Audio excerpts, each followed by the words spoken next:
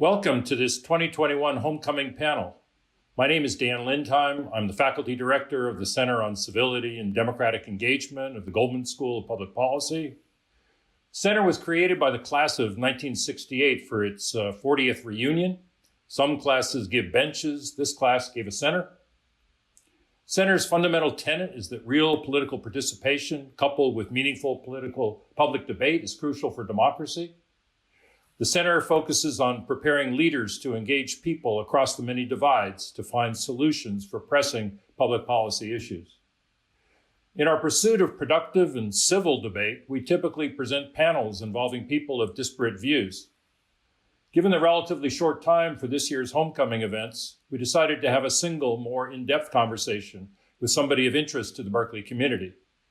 So we have invited Cal grad and Berkeley Mayor Jesse Arreguin. Before we get to this conversation, I want to take this opportunity to welcome and introduce my dean and the new dean of the Goldman School, David Wilson. This is his first Berkeley homecoming. Dean Wilson is a political psychologist. His scholarship focuses on the psychology of political opinion about policies, contentious social issues, and political figures.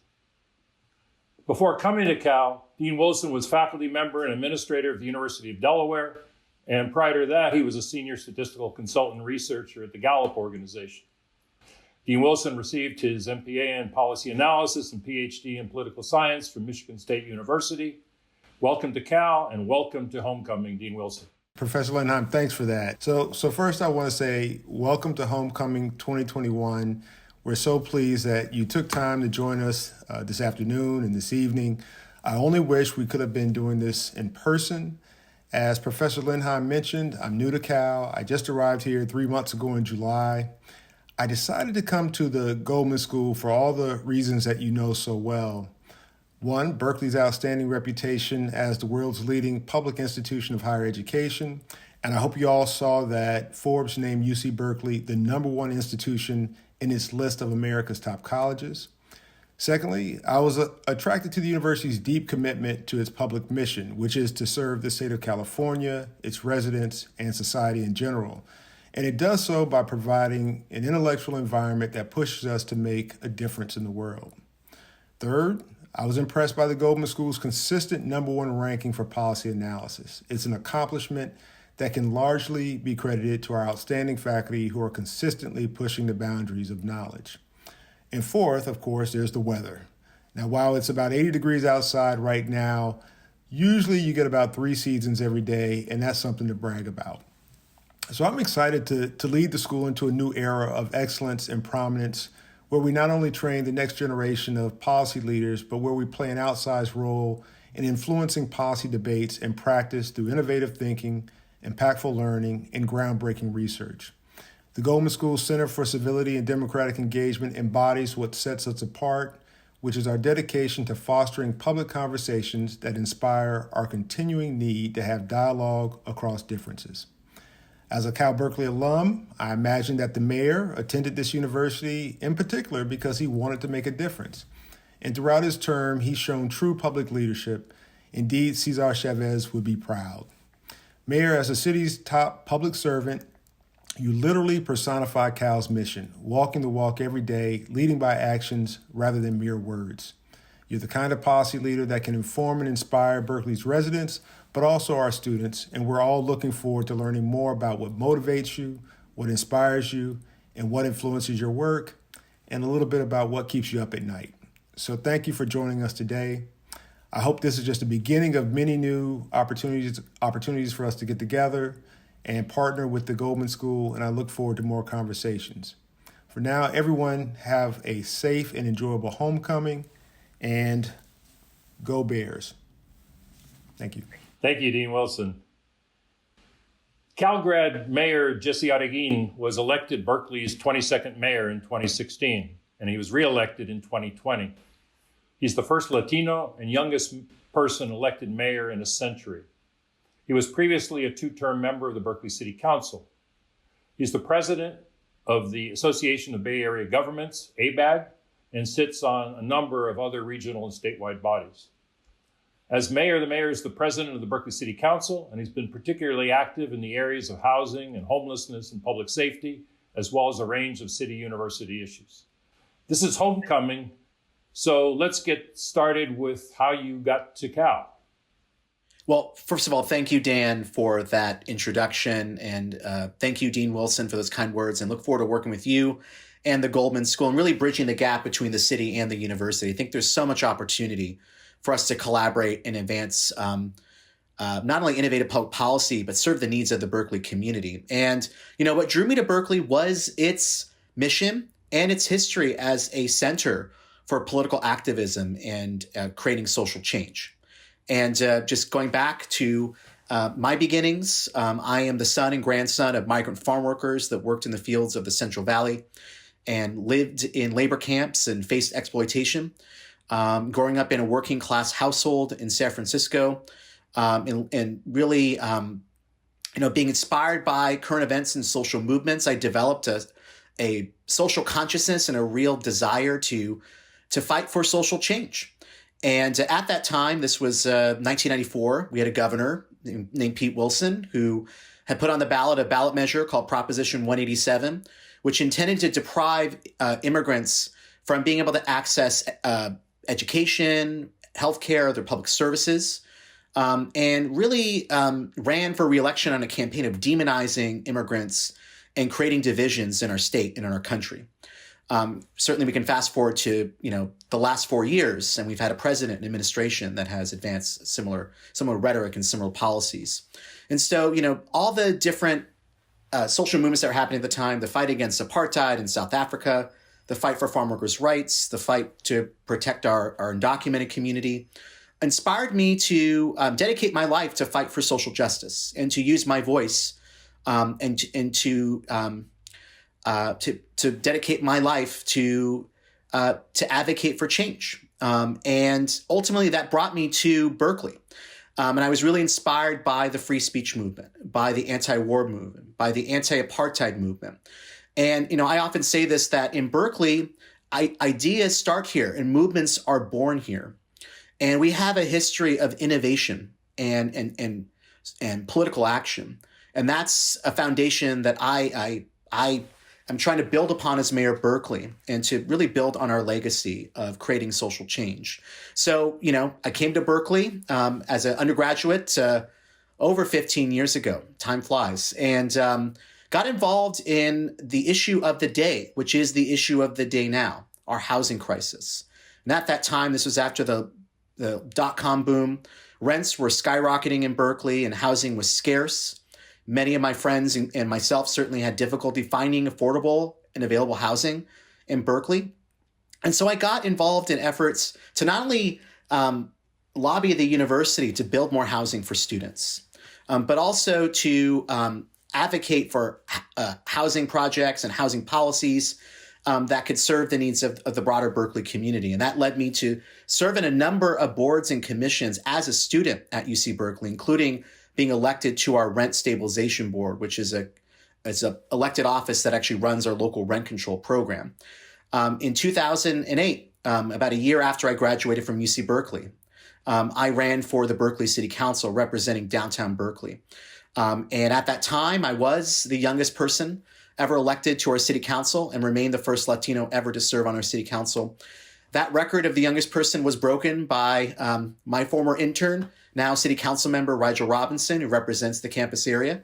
And I hope that we are going to be opening the door for more young people to serve on the city council and to serve in public office and to bring a fresh perspective and to help shape the future of our city. And so it's been an honor to serve on the Berkeley City Council for these past 12 years to try to bridge the gap between town and gown and to continue to advance Berkeley's trailblazing progressive leadership, from raising the minimum wage in Berkeley, increasing funding for affordable housing, strengthening tenant protections, trying to advance Berkeley's groundbreaking environmental leadership. I really do believe that in Berkeley, we need to set an example.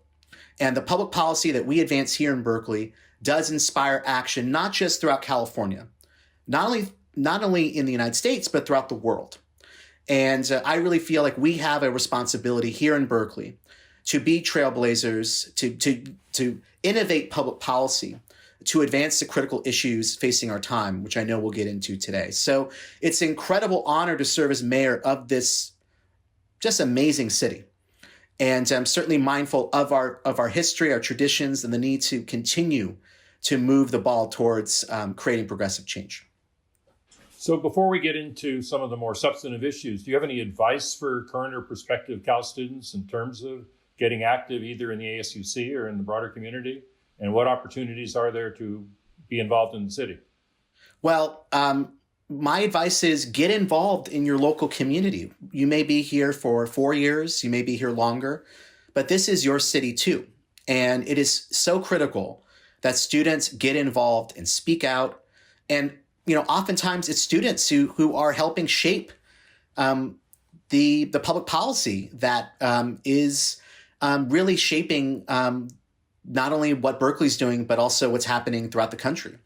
And we have young people who have served not only in public office, but also on various boards and commissions, helping write legislation, develop programs to address issues like housing and policing and transportation. And so, my one bit of advice is to get to know the city that you live in. Not only sort of get outside the campus boundaries, but also get involved, because we have we have a lot of challenges here in Berkeley and opportunities, and we really need the voice, the energy, and the vision of students to get involved to help make our city better. So continuing the homecoming theme, can you explain to the audience some of the complexities of being Berkeley mayor in terms of hosting the Berkeley campus? There have been recent campus city negotiations regarding the long-range development plan and a spate of lawsuits regarding the increase in the student population. So could you talk about some of those things? Absolutely. Well, throughout the history of the city and the campus, there has been, a tense relationship between the two institutions. And that's mainly due to the fact that the city grew around the campus. And the university is a very landlocked institution. And so in order for the campus to grow, it has to grow into the city around it. And certainly that is the case with the university's recent long-range development plan. And inevitably, that means that, the university's acquiring property, including taking property off our tax rolls, is expanding into the city. And there are certainly impacts of university growth on our city in terms of traffic congestion, transportation, impacts on our housing market, our public safety services, our infrastructure. And so this has definitely created challenges in the relationship between the city and the campus over the years. When I served on the Berkeley City Council, there was a great deal of tension between the city and the campus. And when I ran for mayor, as a recent alum of UC Berkeley, I felt it was really critical to work on trying to improve the relationship between the university and the city. And as somebody who not too long ago was walking on campus and in classes, I felt I had a perspective that I can bring to help try to improve communication and collaboration between our two institutions. And certainly Chancellor Carol Christ has been an amazing partner with the city of Berkeley. And one of the first issues we dealt with actually in our times in office, because I came into the mayor's office around the same time that Chancellor Christ became chancellor of the university, was there was a series of events that happened in Berkeley and on campus where controversial speakers and far-right groups came to Berkeley to challenge our commitment to free speech, and at times engaged in violence and provocation. And this all started in February of 2017 and continued into the fall. And that really forced the city and the university to have to work together, not only in terms of coordinating our public safety response, but also in terms of how we're going to stand up to these groups that are here to provoke and to challenge the values that we believe in.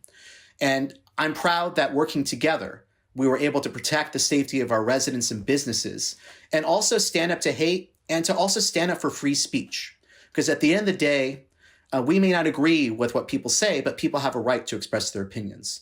And so that experience of born in conflict with working with the chancellor, I think, helped really create a foundation in which we can work together. And more recently, as the university has announced plans to build new housing and facilities and the release of its long-range development plan, the city and the campus have been engaged in discussions around how the university can help address the impacts of growth on our city, to the point when the city actually filed a lawsuit against the university in 2019 over a project at the Goldman School of Public Policy, actually. And that was actually due not to the project, because we want to help the Goldman School expand and create housing for faculty and students, but because we were concerned about the university's significant population growth without any increase in compensation to the city. And so for over 2 years, we worked earnestly to negotiate in good faith with the campus to reach an agreement that will create a new era of city-campus collaboration. And so in July, the Berkeley City Council and the Regents approved an agreement for the next 16 years that outlines not only payments that the campus is making to the city of starting at $4.1 million a year to help pay for city services and infrastructure, but also creating a process where the campus and the city will work together to help review and to comment and shape the university's future growth. So that we're at the table rather than on the table, and we're working together to be able to shape the future of our community. Because at the end of the day, we're one city. And while the campus has its boundaries and the city has its boundaries, we have to work together. We have a symbiotic relationship, and the city and the campus have grown together, and we need to grow together going forward. So I'm proud of the agreement that we've reached, which actually represents one of the largest financial payments that a UC campus has provided a host community. I'm excited about the future. Just yesterday, the Regents approved the People's Park Housing Project, which is actually something that we have been working with the campus on, not only to create needed student housing, 1,100 beds of student housing there, but also permanent supportive housing for the homeless. Because at the end of the day, we want people not to just have a safe place to sleep in a park. We want them to have a home. And so we'll be working over the next year with the university as they're implementing this project to help address not just the student housing crisis, but our homeless crisis in our city. So there was some opposition to this agreement.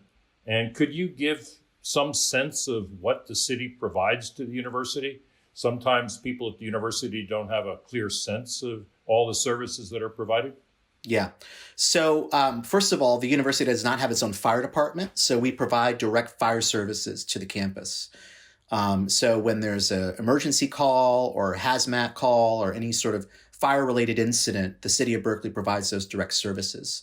We also coordinate very closely with the university police department. The campus has a lot of properties off the main campus, and certainly many students live off the main campus.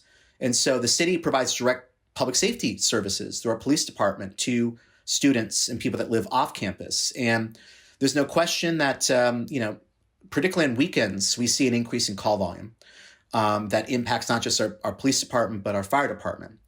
We also, there are also impacts on our infrastructure, our streets, as well as, impacts on our housing market. And that's why I really think the focus on housing that Chancellor Christ has really made a priority of her administration of this long-range development plan is really critical, because the campus has the lowest number of beds UC Berkeley has the lowest number of beds of any UC campus in the system. Chancellor Christ said on Wednesday that they had to deny 5,000 students who applied for housing because there's not enough campus housing. And we know the lack of housing also impacts the broader housing market in Berkeley, not only driving up rents, but creating displacement pressure that is impacting neighborhoods throughout our city, including some of our historically low-income neighborhoods. And so, solving the housing problem for the campus solves the housing problem for the city. And that's why I really think it's critical that that we support and work in partnership with the campus on its efforts to build the 7,500 beds the chancellor outlined in her housing plan at the sites that were outlined. And the new agreement is going to really create a foundation for helping work with the campus to shape what those projects look like. But yes, there was certainly controversy over this agreement. Some people said that we didn't get enough.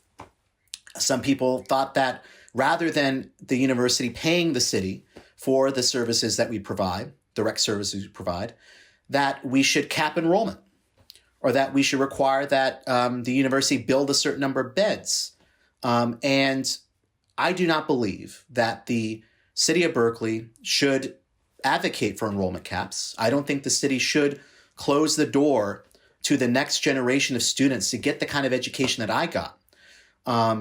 And I think we need to be finding ways to work with the university to not only mitigate their growth, but also to work collaboratively to plan growth in the future. So, it was a challenging, hard-fought negotiation. I'm sure the chancellor will certainly attest to that. But we really, I think we achieved the best settlement that we possibly could achieve, not only in terms of compensation to the city for those services that we provide, but to create a foundation for collaboration and collaborative planning.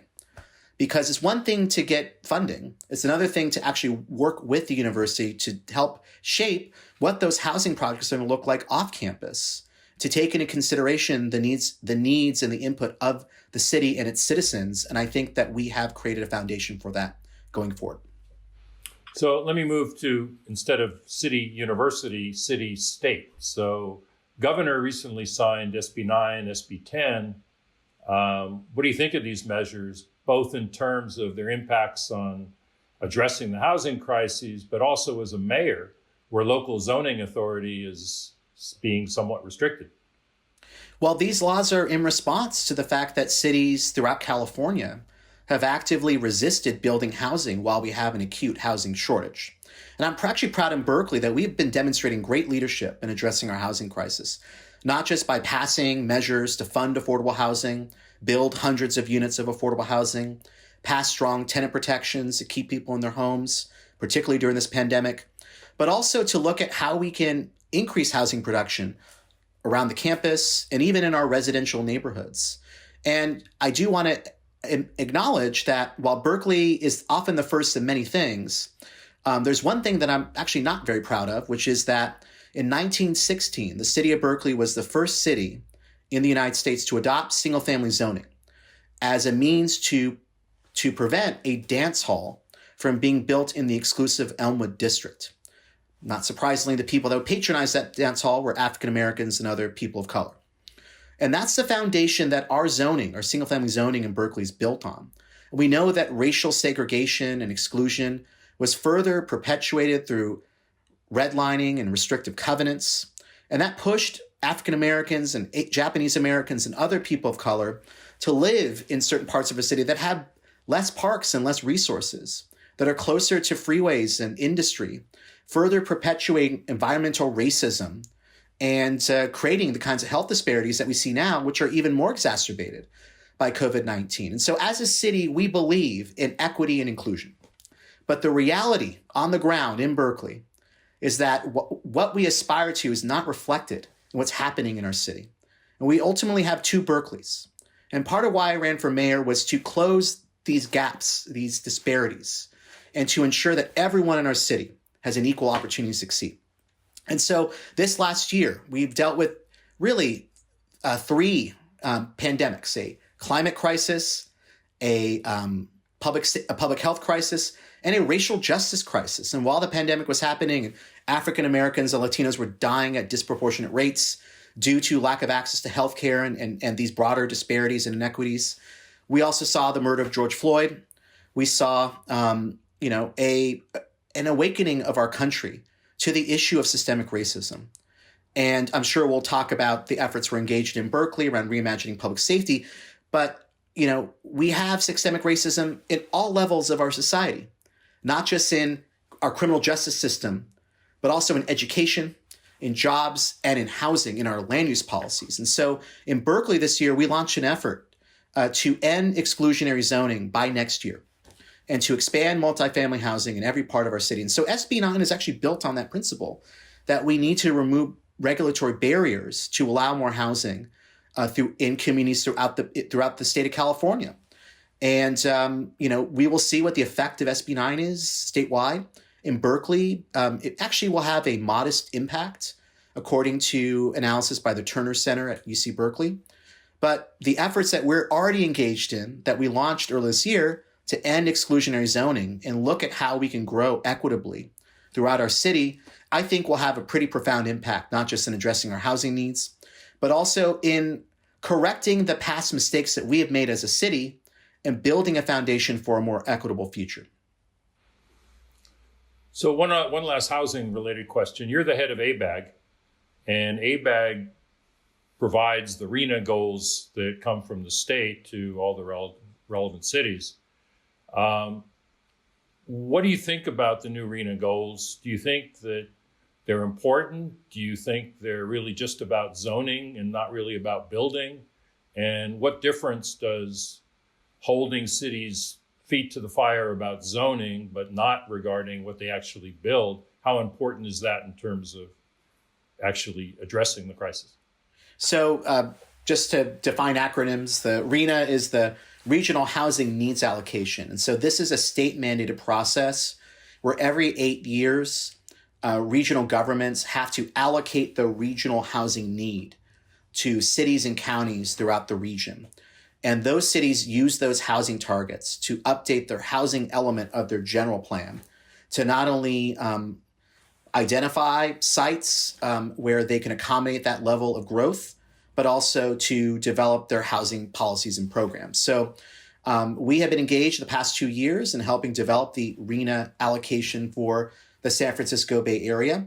The state of California said that we have to plan for 441,000 new units in the San Francisco Bay Area, which is a big change from last time. This is a double the number of housing units we have to plan for. And that's in recognition of, one, the previous allocations undercounted the actual housing need in the state of California. And so the numbers that we are getting now more accurately reflect what the housing need really is. We estimate we need to probably build, probably 1.5 million new homes in the San Francisco Bay Area over the next several decades to address the growing need. It's also anticipated up to 4 million people will be coming to the region by the year 2030. So we don't have enough homes for people here now, let alone the increasing population coming to our region. So I think this really matters. And this is a meaningful way for us to hold cities accountable, particularly cities that have actively resisted building housing, particularly affordable housing, the Cupertinos and the Palo Altos, not the Berkeleys, and to address our jobs housing imbalance, because we have a significant jobs housing imbalance in the region, and to also address the issues of racial segregation in our region. Because like Berkeley, many cities and counties throughout the Bay Area have seen similar land use practices that have perpetuated racial and economic exclusion. And so now we are required to have to, quote, affirmatively further fair housing in the implementation of the RHNA housing element process. That's a new requirement. And it's really to try to ensure that as we're planning for growth and more housing in our cities and counties, that we're advancing broader fair housing goals. The wrinkle this time about why RHNA matters is because if cities don't meet those targets, that under a new state law, Senate Bill 35, if cities don't meet certain targets, what's called ministerial approval will apply, meaning that the city will have no say over whether a project can be approved. They'll have to automatically issue a permit over the counter. And for mayors, we like to control how our cities are governed and how our cities grow. And this is a change because it's going to mean that local control does not exist. And once again, I think this is in recognition of the fact that some cities have actively resisted building housing. And so out of frustration, the state has said, let's remove the barriers. And also time is money. And the longer it takes for something to get entitled and built, the more it may not get built and the more it's going to cost in terms of building and also in the rents that are being charged. So this is also intended to try to streamline production and also get housing built on the ground because we have a significant shortage. So, this tension between the state and the cities is an ongoing tension that's emerged in the last four or 5 years. And unless I think the state sees demonstrable progress on the part of local governments, I think we are going to continue to see the state further encroaching and eroding into local control of land use regulation. Yeah, I noted that some Berkeley citizen group is interested in putting some measure on the state ballot to undo this and to make zoning, put it back to being an inherently local issue. But we'll see if that ever qualifies or whatever. You've been very vocal in terms of supporting reimagining public safety. What are your hopes for what might come out of this process? What are the things that you think are most important in Berkeley? So a lot of people who are involved in reimagining both look at their own communities, but a lot of them are still trying to vindicate what's happened in other places, from the murders of every person who we've had to demonstrate against what has happened to them, culminating more recently in George Floyd, but going back to Ferguson and going back before Ferguson. And so what are your hopes and expectations here in Berkeley? What kind of things do you hope will come out of this process? Well, I think the murder of George Floyd was probably the most visible example of, police brutality in recent memory. And, so many people have died at the hands of law enforcement, but this was so clear and so inexcusable that people could not help but be outraged and want to demand change. And I'm proud that Berkeley, like many cities throughout the country, responded with a demand for change in how we do policing in our community, and also how we are addressing the broader issues of systemic racism that sadly are the foundation of our country.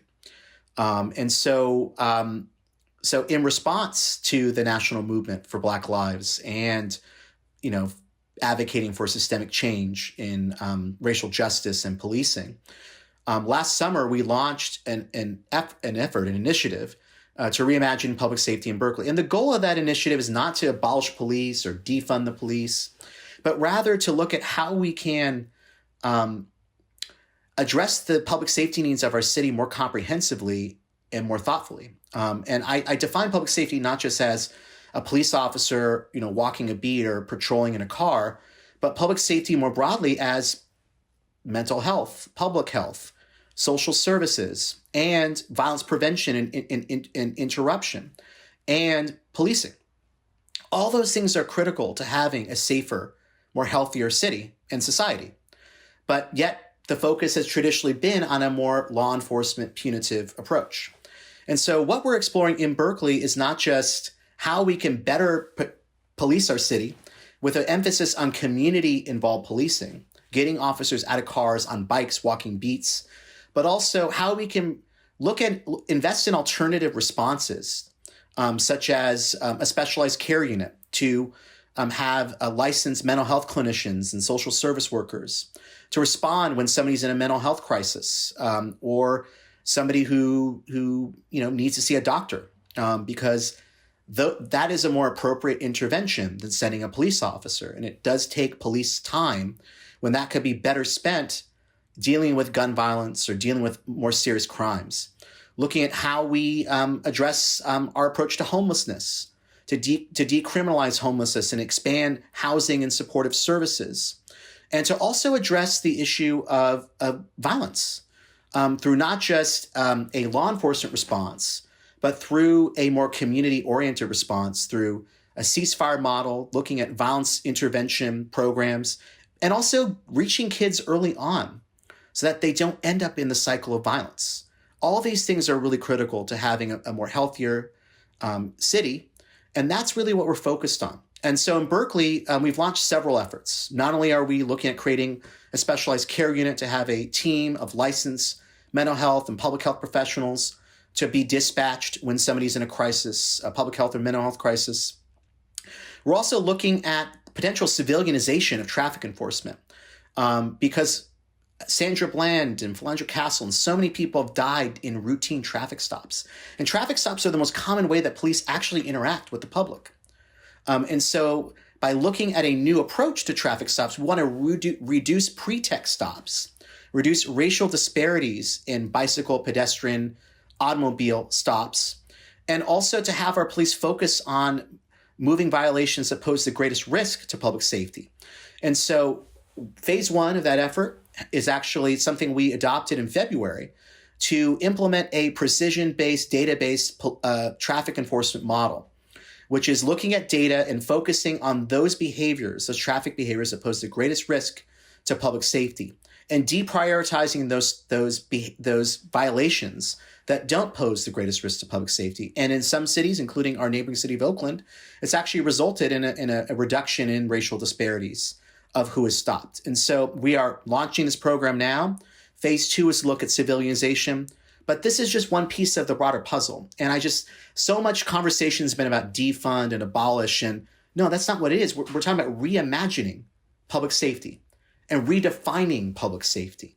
And this has got to be a community-wide effort. And I'm really proud that Berkeley is leading the national conversation on this. And we're going to be working hard to advance a new paradigm of safety that's really focused on safety for everyone, not just people who have interacted with law enforcement, but also people in the hills, the campus community. Safety means different things to different people. And we need to make sure that we create a new paradigm of safety that represents their needs and is keeping our entire community safe. So you mentioned homelessness. You campaigned originally on addressing the issue of homelessness. How successful do you think you've been? To what extent is this something that a city by itself can really address? Is this really a local issue or a regional issue or a state issue, or really absent federal funds, can you really address it? So what are your thoughts about that? It is not an issue one city can solve alone, clearly. And that's the problem, is that we don't have an effective national program to end homelessness. I want to credit Governor Newsom, who out of every governor in state history has really made ending homelessness a priority. And this pandemic, we've seen an unprecedented investment through the room key and home key programs, not only providing short-term hotel rooms, but funding to local governments, including Berkeley, to be able to buy hotels and buildings to create permanent supportive housing. The investment in mental health services and bridge housing and shelter has also been critical to enable us to address this growing crisis. But, for far too long, we've been addressing this, in a very parochial, siloed way. We're dealing with homelessness in our city, or one city doesn't want homeless people, so they push them out, and then that's some other city's problem. We have to recognize that these are our friends and neighbors. In Alameda County, according to the recent point-in-time count, over 70% of the homeless in Alameda County are people that previously lived in Alameda County. These aren't people that are coming from, Utah or Maine. These are these people that lived in Alameda County. Some people that actually work but can't afford the cost of housing. I've been to homeless encampments. I've talked to people. Some people actually have jobs, but they cannot afford the astronomical cost of housing in the Bay Area. They're sheltering in vehicles. They're living in tents. And it is absolutely unacceptable that in one of the wealthiest parts of the world here in the Bay Area, with Silicon Valley and the enormous wealth that we have here in this region, that we have some of the starkest economic disparities. And we have, whole neighborhoods of tent encampments. It's absolutely unacceptable. It's a failure of our society. And so, yes, we have to address this issue regionally. We got the private sector's got to be involved, the public sector, the federal government, the state government, all hands on deck, because that's the only way we're going to solve this. So in Berkeley, yes, I ran on a platform to end homelessness. And really key to ending homelessness is housing. We need to build the housing so that we can get people off the streets into housing and into a better life. But we also have to address the impacts of unsheltered homelessness, street homelessness. And so when I came into office, we completely transformed our approach to homelessness from one that was focused on passing laws and enforcing laws that criminalize people's existence to focusing on how are we advancing a housing first model. We opened our first navigation center in West Berkeley, which is a 24/7 shelter that's service rich and focused on trying to connect people to housing. We've housed hundreds of people out of our navigation center. We've launched outreach teams. We've expanded homelessness prevention funds. We're building permanent supportive housing in downtown Berkeley, 140 units of permanent supportive housing, and other projects are underway.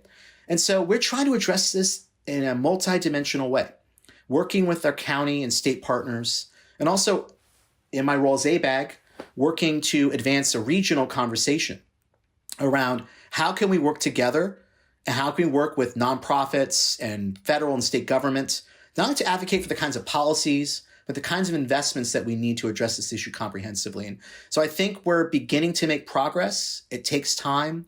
This is a problem decades in the making due to the significant underinvestment by the federal government in public housing. But I think that we can make progress, and we must continue to strive to end homelessness. And I'm proud that People's Park, the collaboration with the university on People's Park, and moving those 40, 50 people that have sheltered in the park into permanent housing is one of many interventions that we hope to advance here in Berkeley. We haven't talked about COVID. COVID sort of devastated the world for the last year and a half plus, and it's also devastated cities. And what has been the impact on the city of Berkeley, and what have been the responses, and what have been sort of the good and the bad and the ugly of everything that's taken place in terms of addressing COVID in Berkeley? There's no doubt that COVID has transformed the way we live, and not only how government serves its citizens, but just how we exist. And the fact that we're doing this interview through Zoom and not in person is one example of that. Right. You know, I remember when I got that call the Sunday before we issued the region-wide shelter-in-place order. And I remember when I spoke to our city manager and public health officer, and they said, look, you know, COVID's here in Alameda County. It's only a matter of time. We have cases in Berkeley, and like literally a day later, we had 2 cases in Berkeley. You know, we feel we need to take this extraordinary step of literally shutting down our region, our businesses, our government, to help prevent the spread of this virus. And it seemed kind of surreal at the time, you know, that I couldn't believe that we were entertaining this. It would have a huge impact on our economy and the way we live. But we did it because we felt it was necessary to take the early critical step to help control the spread of this deadly virus. And we were the first region in the country to do this. And many states and regions followed our leadership. And I'm really proud to live in Berkeley and the Bay Area, where we've followed science. We've taken this very seriously. And we prioritize public health over politics. For example, you know, just a few weeks ago, Berkeley became the second city in the Bay Area to announce a vaccine mandate for local businesses. And I visited many businesses in Berkeley. It has not shut down businesses. People were not laid off. It has been implemented. People feel safer. And it's one of many strategies that we're working on right now to help deal with the spread of the Delta variant. It's been a difficult time. You know, it's been difficult not just personally. It's been difficult for our city employees. It's been difficult for everyone in our community. It's been scary. It's been a roller coaster. It's how I characterize it. You know, the science was evolving. The guidance was evolving. You know, one week we'll make progress, and then we move backwards. I was talking to you earlier about, you know, the blueprint was lifted on June 15th, and then just a few weeks later, Delta variant was spreading in the Bay Area, and that required that we have to change our approach. You know, the economic impacts of this pandemic on our community, people losing jobs, people facing housing insecurity, have been significant. But we took early and decisive action, not just in issuing the shelter-in-place order, but literally the day the shelter-in-place order took effect on, I think it was on March 16th, 2020. I remember that date. The Berkeley City Council adopted our eviction moratorium to prevent our residents and businesses from being evicted due to non-payment of rent during this pandemic, recognizing that many people lost their jobs, have seen a significant reduction in income. And while the state's eviction moratorium expired yesterday, our eviction moratorium is still in effect and is still protecting our community because we're still in a pandemic. We also launched the Berkeley Relief Fund, which was a public-private partnership which raised over $5 million in public and individual donations to help provide emergency grants to our small businesses, our arts organizations. We have a dynamic, vibrant art scene in downtown Berkeley and throughout our city, as well to provide rental assistance to tenants who are behind on their rent.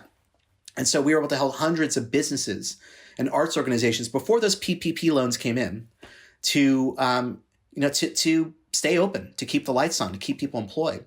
And we've helped hundreds and hundreds of households in Berkeley, many of whom are households of color, stay housed when they were falling behind on rent due to losing their job, getting sick, reduction in income. And I'm proud that, not only the city, but the community really rallied. And, thousands of people donated to the Berkeley Relief Fund. It was a whole community effort. And just like our community rallied to, organize PPP drives and support the homeless and support our businesses, I think even in the darkest times that we've experienced, I really think the light of our city has really shone. And I'm really confident that coming out of this pandemic, we'll be even stronger and more resilient. We know this is not the last emergency we're going to have to deal with. So it's been challenging. It's changed the way we've lived. But the role of government is to step in and make decisions to protect the public health and to keep our city going. And it's changed the way we serve our community through innovation and using technology to not only more directly communicate and engage, but also to serve our community. I think there's going to be a lot of lessons learned after this pandemic, and a lot of I think benefits, but also there's been a lot of pain and suffering and death. And I think if we would have had a president and a federal administration that actually prioritized this, a lot less people would have died. A lot less families would have lost loved ones, and we would have been able to get through this more effectively. We're not out of it yet, but I'm really proud in Berkeley that we're making progress. Berkeley has one of the only health departments of cities in California. I think it's the only one of 3. Has that made a difference? Has that been a useful thing, or has that made it more difficult to coordinate with other Alameda County cities? It's made a tremendous difference, because not only were we able to issue our own public health orders to deal with what's happening on the ground in Berkeley, but also we got access to federal and state funds that enable us to do testing and also contact tracing. But also we got our own allotment of vaccine, which we've been able to roll out. And actually Berkeley had the first and longest running mass vaccination site in Alameda County at the Golden Gate Fields parking lot that was staffed by our fire department. I just want to take an opportunity to just recognize our first responders and essential workers, not just in City Hall, but, the bus drivers and the grocery workers and the teachers and everyone who really put themselves at risk to keep this city going and this economy going, and knowing that they could get sick. And that's just incredibly brave and admirable. And I think it's important to recognize that. So yeah, having our own public health department helped enormously because we were able to have our own local response. And I just have to say, at the beginning of the year when we were starting to roll out the vaccine, I was seeing the statistics about who was getting vaccinated, and it was predominantly Caucasian older people. And it was not the African Americans and Latinx people who were predominantly dying and contracting COVID-19. And there's no doubt that the racial disparities, the systemic racism that we talked about earlier, it's been so pronounced during this pandemic in terms of who has succumbed to COVID-19, and just all the economic hardship that people have endured. So I really felt it was really critical that if we have our own local public health department, our own vaccine allotment, our own resources, that we really have to center equity in what we're doing.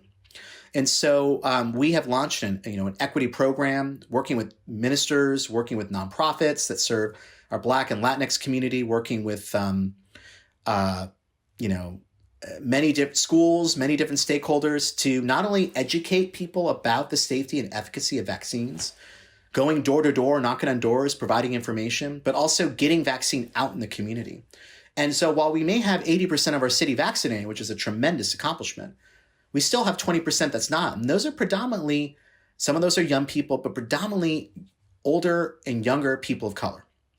And so we have a long way to go to not only get that close to that 100% vaccination rate, but to address the broader health inequities that have persisted and been more pronounced during this pandemic. And that's a focus of our public health department, and having a local public health agency has enabled us to make that equity a focus. There are reports that very little of the federal money for rental, for either the rent side or the landlord side, have really been distributed. Has that been the case in Berkeley? And what is the problem? Well, it certainly is the case nationally and even in the state of California. And that's why I think it was a travesty, I'll say that, for our governor and our state legislature, despite all the great work they've done in addressing the pandemic, to not extend the eviction moratorium. Not every city like Berkeley has rent control and an eviction moratorium. And we're fortunate that Oakland and Berkeley and San Francisco and other Bay Area cities have those protections. But there are many cities throughout the Bay Area, including where my family lives in Southern California and the Bay Area, that don't have those protections. And the money hasn't gotten out as efficiently as possible because of all the, not only just the process of working with counties and nonprofits to get the money out, but the very complicated guidelines and changing guidance about how to access it has made it difficult for people to access this assistance. In Alameda County, the county working with nonprofits is administering this federal money. We got our own money as a federal block grant recipient. And we, like I said, we put millions of dollars through the Berkeley Relief Fund and the General Fund to expand emergency rental assistance through our housing retention program. So we created our own program. We didn't want to wait for the federal government or state government to get their program in place. And that was really critical, not just launching that program at the start of the pandemic, but further supplementing it. And we're going to continue to supplement it because we know that at some point, whether it's yesterday or whether it's 5 months from now, we're going to face a cliff. And the question is, are we going to provide a cushion at the bottom of that cliff for all these people who live in our cities who are all of a sudden going to owe thousands and thousands of dollars and may end up being pushed down the street? We have seen an increase in unsheltered homelessness during this pandemic, no question. And we don't want to see more people becoming homeless. So I think this is one of the biggest challenges that we face, this and how we get people back to work. And also, how do we live with the reality that COVID's going to be with us for a long time? Not just personally, but how do government agencies function in a way where we're constantly having to respond to an emergency? I think these are the kinds of things that we're beginning to think about and plan for as we are hopefully, making progress in addressing this pandemic. So my final question is, you talked about institutional relationships between mayor and chancellor, but what are your thoughts about how the campus and the city can work together? How can, in theory, there's vast amount of expertise on campus. There are a vast number of problems in the city. What are your thoughts on how the campus could be useful both to be useful and also be involved in helping address some of the city issues? I mean, I think there's enormous opportunity. Unfortunately, because of that tension that's historically existed, there hasn't been the opportunity to deepen collaboration. But we're beginning to do this. For example, Berkeley has one of the highest racial achievement gaps of any city in the state of California. And 2008, we launched a collective impact initiative called the 2020 Vision for Children and Youth that brought the city, the university, UC Berkeley, our community college system, and community stakeholders together to address our opportunity gap in our schools. And I call it an opportunity gap. It's not an achievement gap alone. It's an opportunity gap because you have to look at not just academic achievement, but you also, in order to ensure student success, you have to address the social indicators that impact student success, whether it's jobs, housing, criminal justice system, restorative justice. And so we have been doing this in a comprehensive way, and the university has been a critical partner. And the former dean and also the school of the Graduate School of Education has been actively involved in providing research and support to the city of Berkeley. The chancellor has provided financial support to this initiative. That's just one example. Another example is in the area of public policy development. We have one of the best public policy schools in the world, the Goldman School of Public Policy. We need to tap into that intellectual talent to help solve problems around public safety and infrastructure and housing. Also, the opportunity that we may have at People's Park through the creation of permanent supportive housing and an interdisciplinary clinic with the School of Social Welfare, School of Public Health, to provide clinical services and case management and public health services to the formerly unhoused people that are living in that building. It seems like it's a really innovative, groundbreaking thing, and I'm really excited about that model. So I think there's so much opportunity and potential. We just got to put down our swords and try to find a way to work together and work towards common goals. We also need to make sure we hold the university accountable for its commitments as well. So, Mr. Mayor Jesse, I want to thank you very much for participating in this homecoming discussion. I think that this will be motivation for a large number of students and prospective students to know that there actually is a path forward, and not in very long period of time, that people can be active while they're students and can actually seek public office shortly after being a student, or in some cases even while being a student. And so I want to thank you for what you do. I want to thank you for the motivation that you can provide for students, and look forward to working together. So thank you very much. Thank you, Dan.